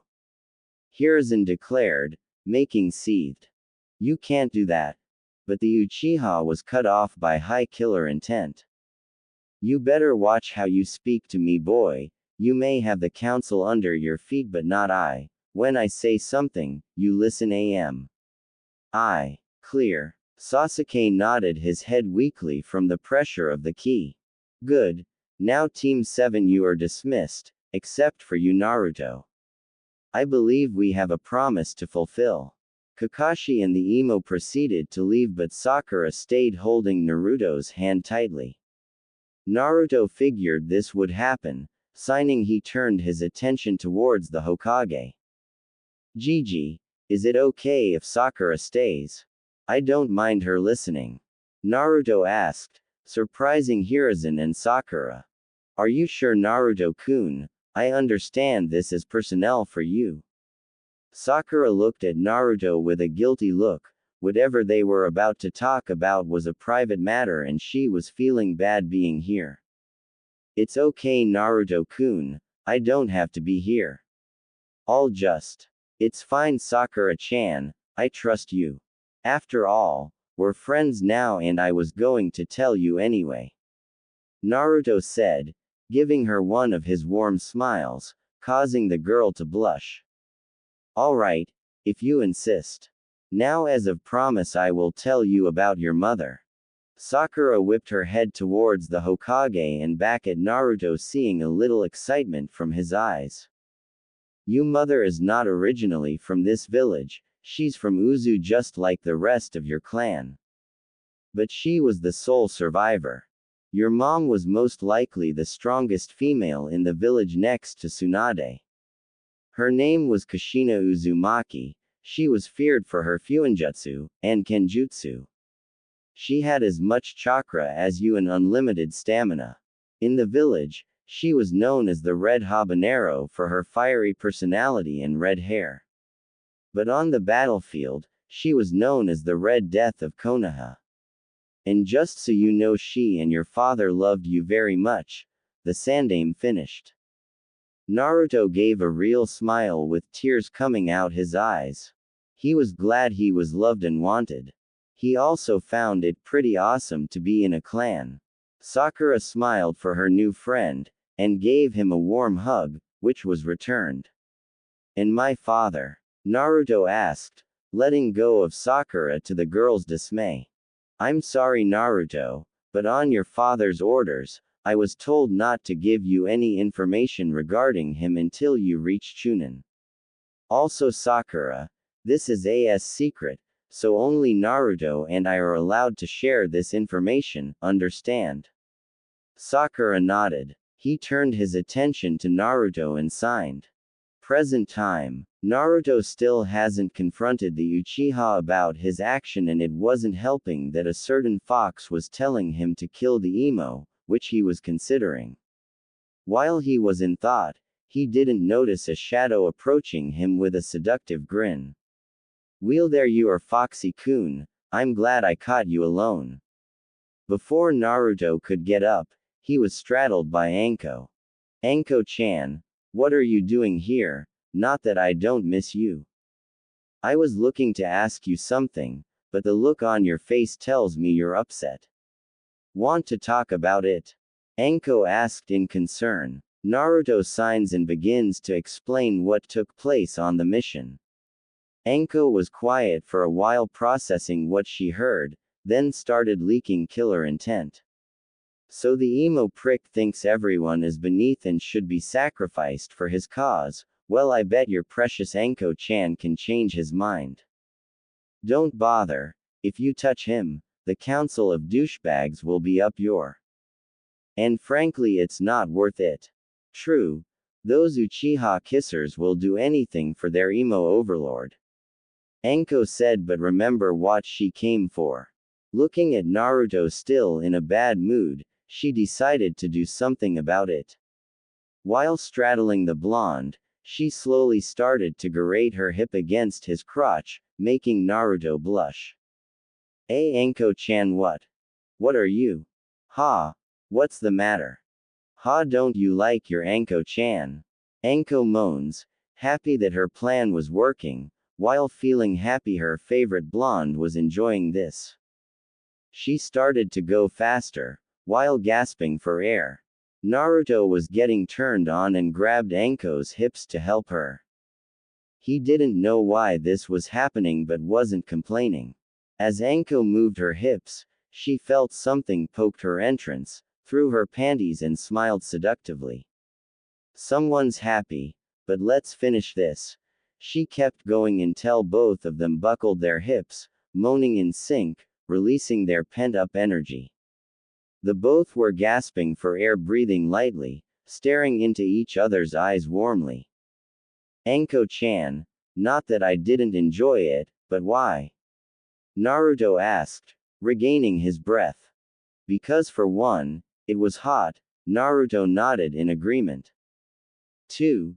You were stressed, so this the only way I can come up with." Anko paused for a moment and bent down and gave him a small kiss, causing both of them to blush. 3. "I like you and was wondering if you wanted to go on a date with me. After 2 months of knowing you, I realized you were the only one who understood me. You treated me with respect and not like an outcast. Plus you're not uptight like most ninja. You value all your friends, and I also like that prankster side of you. We're the same, hated, scorned and branded with a seal we didn't want. I feel safe with you. I feel like I can understand you as much as you can understand me. I never felt this way before, so when I talked to Kurenai, she said I loved you. I'm not sure if it's true, but I would like to give it a try, so what do you say?" Naruto looked up into Anko's eyes and saw the desperation. He couldn't believe an older woman liked him and asked him on a date nonetheless. He thought about and couldn't come up with a reason not to, especially since out of everyone in the village, Anko was the one who understood him the most, but still wasn't sure. "Go for it, Kit. Trust me," Kuruma said out of the blue. Naruto turned to Anko, giving her a sincere smile. "Sure, Anko-chan, why not? After all, I kinda like you a bit," Naruto answered. Anko squealed in joy and grabbed Naruto by the collar and gave him a deep, passionate kiss. Naruto faced heat up and his brain was melting. Anko pulled a ways with a trail of drool connecting their mouths. "Great." She then grabbed Naruto's hand and jumped off the mountain, both screaming in joy while falling towards the ground. Once they landed, The older kunoichi proceeded to drag him through the village in the direction of the dango shop. The village glared at the two, but the two were enjoying selves to notice. Dango shop. Anko and Naruto were eating a whole plate of fruit dangos, while chatting about the mission. Well, Anko was eating the dangos and Naruto was feeding her. So Foxy-kun, tell me what went wrong with the mission. From your training, killing a few bandits should have been a walk in a park. It was easy, until the Uchiha decided to abandon the mission to boost his ego, and by exposing himself, almost got killed by a shinobi hiding among the bandits. Tem then fought him and lost, but wait, it gets worse. Naruto began leaking ki. He decided to substitute with Sakura-chan, and when I confronted him, you know what he said. Naruto yelled, scaring everyone in the shop. Flashback. Team 7 was taking a break from their mission, a few miles from the bandit camp. But things weren't going smoothly for the team, since Naruto had Sasuke pinned against a tree by his collar. Sasuke was glaring at the blonde, which was being returned tenfolds. Why? Why would you sacrifice Sakura-chan's life like that? Sasuke snorted. Why would you ask such a simple question? Because you tried to save me during the wave mission from Haku, but yet you almost killed Sakura-chan, the girl who devoted herself to you, no matter how you treat her. Because she's useless dead weight, I don't give a damn about her feelings. It's not my fault she likes me, and if she does, she should feel honored to die for me. After all, I'm an elite. And for the reason I save is to keep you alive until I surpass my brother. You might not have noticed, but I was conscious when you beat Haku. Your power was dark and hatred. You showed me my brother was right, and I kept you alive to test myself against you, and when I almost died, I realized that I sacrificed my goal for nobody, me an elite. If I can overcome your hatred with my own, I will be one step closer to beating my brother. As for Sakura, she can die for all I care. Naruto's eyes started flashing red, his teeth sharpened and grip tightened. You bastard! Sakura is a living being, she is your equal. Do not compare me, an elite, to a useless expendable fangirl. I'm her better and superior, she's nothing but dead weight. Naruto his fist back and got ready to punch the Uchiha, until Kakashi grabbed his arm. Naruto, calm down, I'll handle this when we get back to the village. Kakashi ordered, but was shook a bit when he noticed Naruto's eyes. Fine, but keep me and Sakura-chan away from the High Uchiha, Naruto said, tossing Sasuke to the ground and going to sit by Sakura. End of flashback. Anko gritted her teeth after hearing the story. She never really was a fan of the Uchiha. He got everything on a silver platter while Naruto suffered, and the worst part, he refused love and acceptance from the village, the very thing she and Naruto wanted. The spoiled prick, I'm shocked you didn't kill him. If it was me, I would have had torture him myself. Anko said. But if you did, the Kissing Council would have never let you get away with. Naruto said, getting a nod to Anko. I know, they would do anything for their little precious Uchiha. Anyway, now after listening to that, I need to vent. So Forest of Death for a little spar. Naruto smiled and nodded. He paid for the dangos, which Anko thanks by pecking him on the cheek and shunshin away. -30 minutes later. Anko was jumping from tree to tree, dodging shuriken backpack to back. She landed on a tree, then blocked an axe kick from Naruto and grabbed his leg. She pulled him forward, then punched him in the face, causing him to turn to smoke. A bushin. Anko looked around and was impressed she couldn't find him. She soon sensed a presence and turned to see Naruto leaping towards and delivering a roundhouse kick. Anko ducked, but Naruto didn't give up. He threw a punch. Anko tilted her head, causing the punch to miss, and need Naruto, which he grabbed and used it to leap away and ran back toward Anko and went in for a high kick. Anko stepped back to avoid Anko around Naruto by going under the branch and get behind, and kicked him off the tree branch, but as she witnessed him falling, she was surprised when he turned to smoke. Before she could turn around, she felt something kick her into the back and flew into a trunk of a tree. After getting her head together, she looked up to see a huge fireball heading towards her. She rolled forward to dodge and the fireball hit the tree behind her. Not bad, Foxy-kun, but it's not over yet. Naruto smirked. Then he noticed the tree behind Anko beginning to fall and she was in its path. Hubby-chan. Look out. Anko looked and closed her eyes.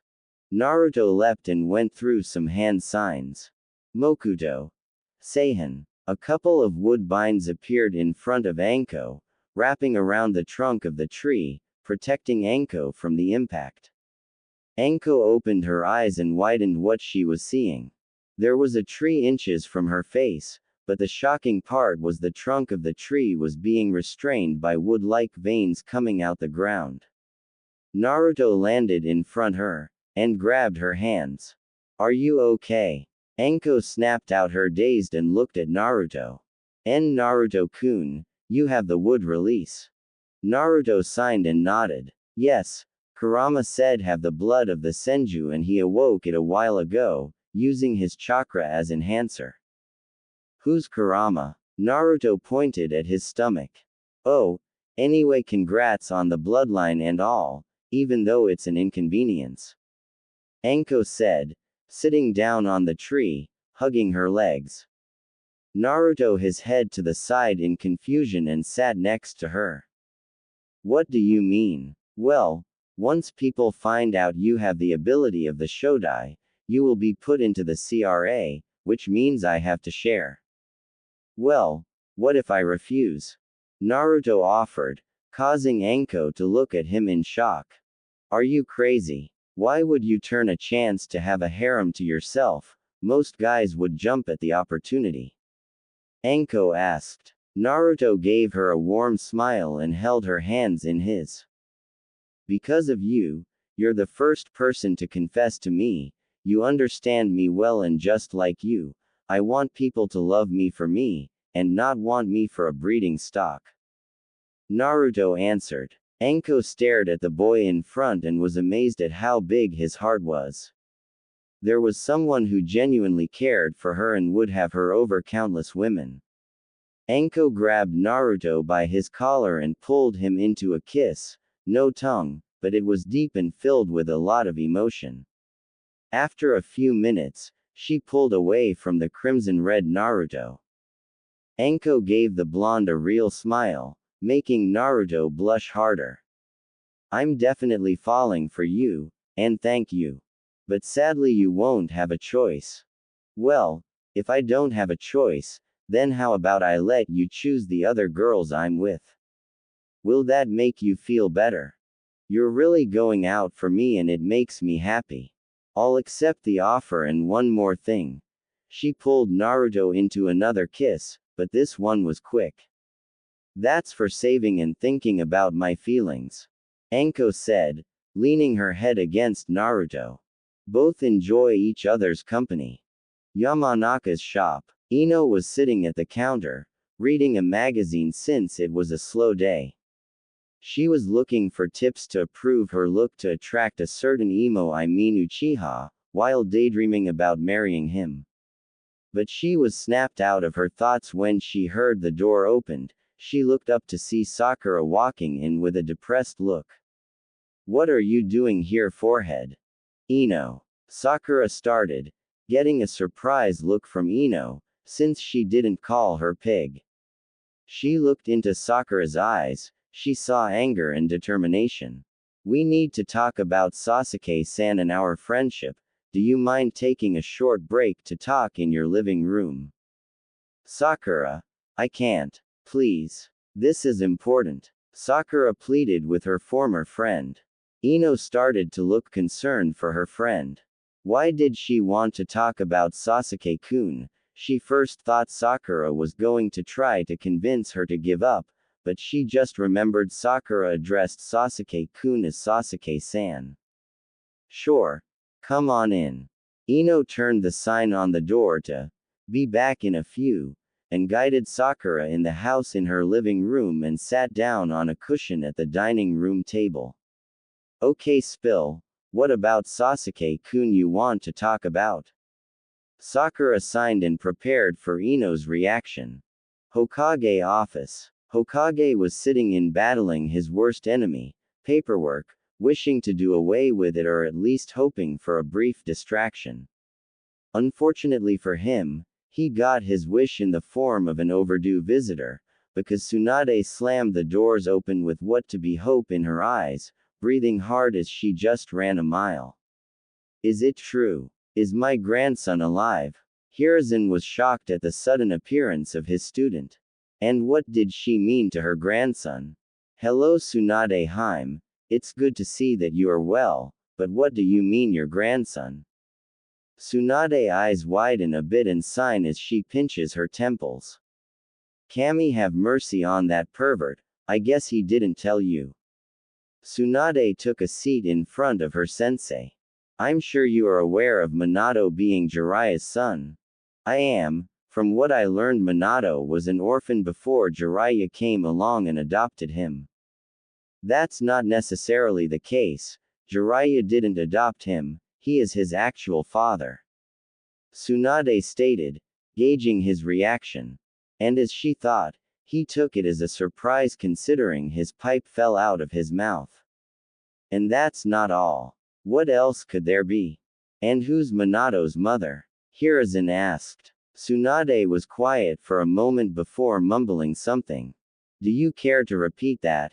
It's me. Tsunade answered. I'm his mother. After Dan's death, I left the village as you know. One night Jiraiya found me and we played a game of poker and we each made a bet. If I win, he would pay off one of my debts and if he won, I'd go on a date with him. As you know he won, and we went to a bar and had a few drinks. That's when things got dangerous. We ended up at a hotel and then the rest is history. Hiruzen nodded. Why didn't you return with Minato and how come no one knew? Because of Minato-kun, I told him about his family and the village. He was excited and wanted to become a shinobi for the village. He knew of my disdain and told me to come when I'm ready. Funny right? I'm his mother and he was concerned for me and my image. He kept his status a secret that way he wouldn't be forced in the CRA and for my image, that way no one would think I would abandon him. But, her fist clenched in anger as she gritted her teeth. When Jiraiya told me about Kushina being pregnant I was ready to return and when I did, I was surprised to see he was marrying a Uzumaki. So I decided to wait to let the village know about Minato until his baby was born. I understand, so why did you think Naruto-kun was dead? Hiruzen asked. Because the elders and Danzo told me they were killed by the fox. When I returned from the search for the snake Tem the fox was already sealed. I went towards Minato-kun house and Danzo was there with the two old bats. He told me Minato and his family were killed, so I left with Shizune and never came back. Tsunade finished, leaking some key along with Hiruzen. I should have known. Ever since he was young, Naruto was targeted by the corrupted Warhawk to become his personnel weapon. He even gained control of the civilian council with the help of my former teammates. I swear I'm getting too old for this shit. Well, how was his life here in the village? He was the son of Minato-kun, so I hope he wasn't spoiled. Tsunade asked eagerly. Hiruzen started to sweat a bit. Well, you see, Yamanaka's residence. Ino was staring across her dining room table at Sakura after Sakura informed her about her mission with her team. The platinum blonde couldn't believe that her Sasuke would use Sakura as a sacrifice and to make things more surprising, Naruto, the former dead last, jumped in front of the Pinkett and took a hit. Ino, I know how you're feeling right now, but I think you should give up on Sasuke. But what about marrying him? He's the best. He was the best, but not anymore. He lost multiple fights since we were put on a team. On the wave mission, he fought an ice user and lost, but Naruto beat him. He fought Naruto in a spar with his Sharingan but lost. And lastly, the new Kennen who attacked me was beaten by Naruto, the same one that beat Sasuke. Sakura said, drinking some tea. Ino was amazed. She always believed that Sasuke was the ace of Team 7, but it seems Naruto was stronger and she didn't want to admit it, but she found it romantic that Naruto took a hit for Sakura, like a knight for her princess. I guess we were wrong about the two of them. Sakura nodded. We are more than that. Ino stared at Sakura confusingly. We were bitches, we worshipped Sasuke so much, we treated everyone else like crap. We did because he's a Uchiha and he was an orphan. But so was Naruto, but he was ignored and bullied by everyone including us. But that was his fault, he was annoying and always pulled pranks. Ino argued. Sakura shook her head. Be that as it may, if I think about it, Naruto-kun might be the perfect guy for me. Also, I think I know why he was pulling pranks, and I'm pretty sure it wasn't just for enjoyment. During the wave mission, I found out a little about Naruto's past and it was pretty bad. Well, how bad was it? Well, we learned from Kakashi-sensei while he was in the orphanage, he was isolated from the other kids, they had him sleep in the basement, barely feed him and kept his room cold. But things changed when he turned 6 years old. Ino breathed in relief. Things change for the better. After all, how could someone with a bad past always be happy? Sakura shook his head. No, it gets worse. Ino was about to ask, until Sakura halted her. He was kicked out when he was 6 and was digging through garbage to find his next meal. Ino held a hand over her mouth as gasp. But there's more, he used to sleep in dark alleys and in sewers. Sakura said with tears in her eyes, picturing a little Naruto shivering in the cold. Ino started to get worried. Okay, I get it. It was bad, now please stop. No, Sakura yelled, startling Ino. Just listen, please. Ino nodded. After he was kicked and went through all that, the villagers started hunting down. They beat him and he had no one to comfort him beside the ramen people. Sakura had tears pouring down her face which confused the platinum blonde. Ino was upset at the villagers, but what accused her was how Sakura was handling it. Why was she so affected by this? Why does this upset you? There's nothing you could have done. Sakura stopped sobbing and glared at the blonde, but not in anger. It was guilt. You know why this upsets me? Because we added to his pain.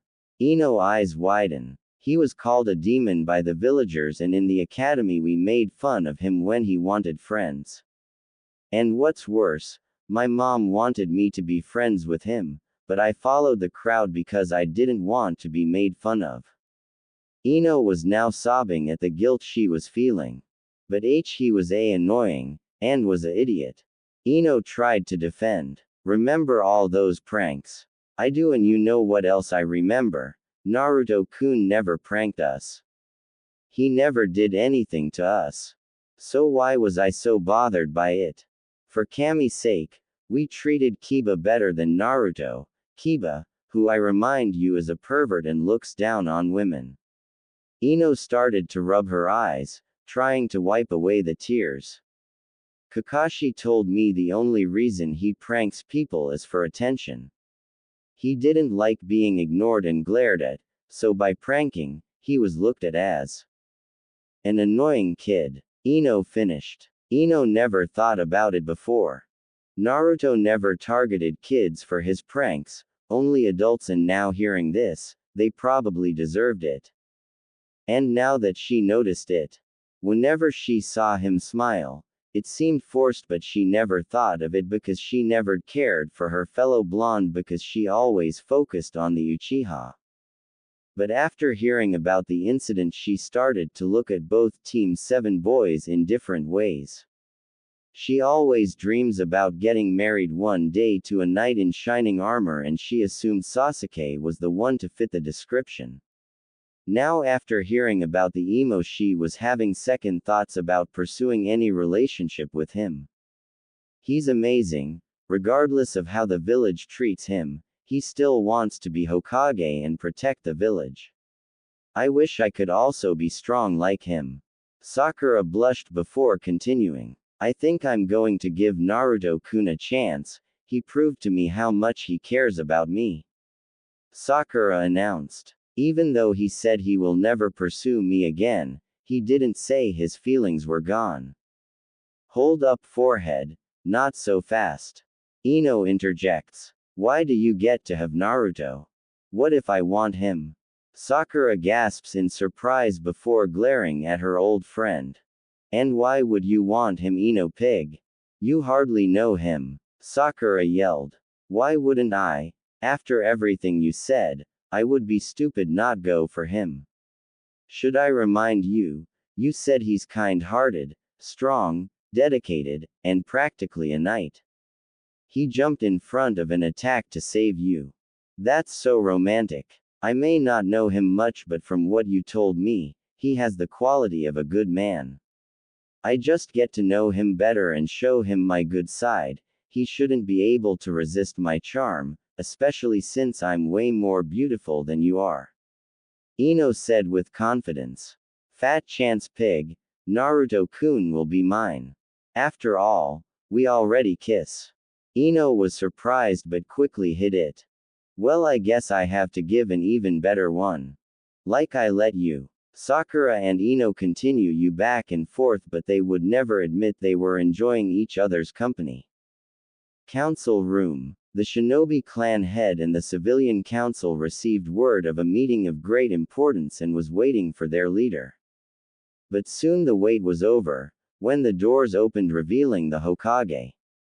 The clan heads did a slight bow towards as a show of respect, and Mebuki was the only one to bow on the civilian side. I'm glad everyone is here, now let's begin this meeting. Hiruzen started with a slight chuckle. What is this meeting about, Hiruzen? Danzo questioned. It's funny you should ask, you see it actually involves you. Danzo was confused. Has his root headquarters been found out? He doubts that. He was sure he wasn't missing an agent. You can come in now. Hiruzen called, breaking Danzo from his thoughts. Everybody turned to the figure behind them and saw none other than Tsunade Senju walk in with a smile. Danzo flinched a bit at the glare the Sannin was giving him to keep, but kept his stoic look. Tsunade-sama, it's an honor to have you back in our village. Koharu started. Cut the shit, I'm not here for the village. Tsunade said, still glaring at the bandaged man and shifting it towards the elders. I've got questions that need answers. Danzo. Tsunade narrowed eyes. Why did you tell me that a Kushina child was killed? Tsu's eyes widen. Kushina's pup is still alive. Where? The Inuzuka asked but was ignored. Isn't it obvious? It is the property of the leaf. It should be made into the perfect. Danzo didn't get finished because Tsunade grabbed the throat, releasing a bunch of ki. Do not call my grandson it, and how dare you say he's your property? Especially after how you treated him, I should kill you now. Tsunade back her fist. Lady Tsunade, please calm. Homaru tried to plead before Tsunade glared at him. You're next. And you too, Koharu. Tsunade yelled, causing the advisors to flinch in fear. Is Neko here? An Anbu with a cat mask appeared in front of the slug princess. Yes, Lady Tsunade. I heard from the pervert you protect my grandson, for that you have my eternal gratitude. Tsunade thanked with a smile on her face. If you ever need anything, just ask. I would have protected him even if I wasn't asked to. This village owes them that much. And plus I kinda grew attached to him. Neko replied with a slight blush behind her mask. Excuse me, Lady Tsunade, but if the pup is alive, who is here? I was told he didn't make it. Sum asked in desperation. Neko, may you find him and bring here, please. Tsunade requested. Hi. Neko bowed before disappearing in a shunshin away. Will you just tell me who it is? Sum begged. Tsunade rubbed her temples and approached the woman and whispered in her ear. Sum's eyes widened and glared at the civilian side of the council, making them shiver. I'm going to make you bastards pay. She then turned her glare towards Danzo. Especially you, you old prick. You better show respect to your better Suma-san. Danzo said in a calm manner. The only thing you deserve is the shit from my hound's yard. Sum retorted. You heartless. She was cut off when the doors opened, revealing Neko walking in, and what was strange, she was chuckling. I'm sorry, haha, he's on his way. Neko struggled to say because of her chuckling. Soon Naruto walked in with his jacket unzipped and lipstick all over his face, with a goofy grin on his gave the boy a questionable look and turned to Neko for answers, but she was cut off.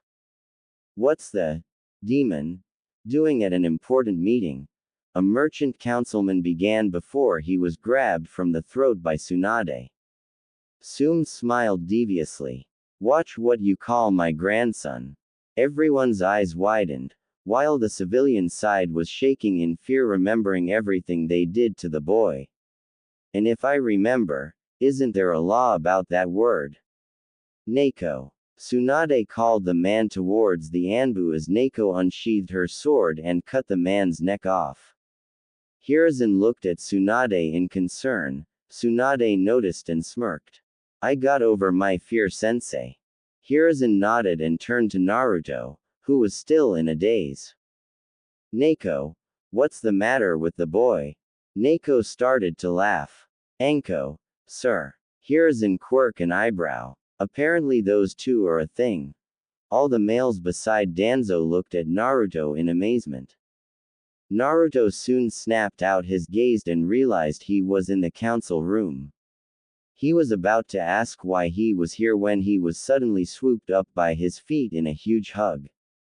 Naruto-kun, you're alive, I can't believe you are alive. Naruto was suffocating, gasping for air. Of course I am, who are you, lady? Tsunade sat him down and wiped a stray tear. Sorry, I was happy to see you. Why? Allow me to introduce myself. My name is Tsunade Senju, one of the Sanin, but most importantly. She bent down and kissed his forehead, making him blush. I'm your grandmother. Tsunade Senju, as in the granddaughter of the. Naruto paused and registered what he heard. Wait, did you just say? I'm your grandmother. Tsunade smiled. Naruto started to shake. Why? Tsunade gave him a confused look. Why weren't you here for me?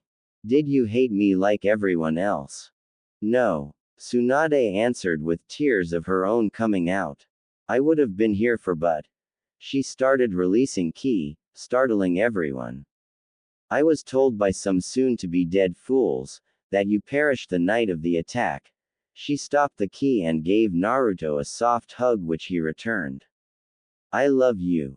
Naruto was crying in the crick in her neck, very happy. Everyone gave them a moment before both the blondes calmed down. Wow, I can't believe I have family and it's a Senju. The shinobi clan heads, Hokage, Mebuki and Tsunade all smiled at the boy, happy for him. There's no way those two are related. Tsunade is a princess and the boy is nothing but garbage. Another council said, making the rest nod in agreement. He must have hypnotized her. Kit, show them. Kuruma suggested. Naruto smiled at the idea even though he wanted to keep it a secret. If I'm not a senju, how can I do this? Mokuten. Moku Bunshin no Jutsu. Naruto said, making a wood clone of himself, receiving gasp in return. You have Ji-chan bloodline. Tsunade asked in shock. That's right Ba-chan, which reminds me. Naruto turned to face the Hokage.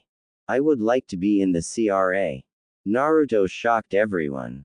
I agree, it'll bring great strength to the leaf to revive the Mokuten, Senju and Uzumaki clan. Danzo said.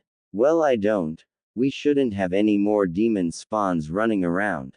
The stupid councilman started before he was beheaded by Neko. Hiruzen looked at Naruto and nodded for him to continue. But there is a condition. Everyone waited for Naruto's condition in suspense and grew nervous when he started to chuckle. You can come in now. Naruto called. Anko walked in with a huge sinister grin, matching Naruto's. Anko-chan have to approve of them. Hello Shinobi Council. Anko greeted with a bow, then the civilian council. You're royal. Why should the snake whore have the honor of such an important task, Uzumaki-sama?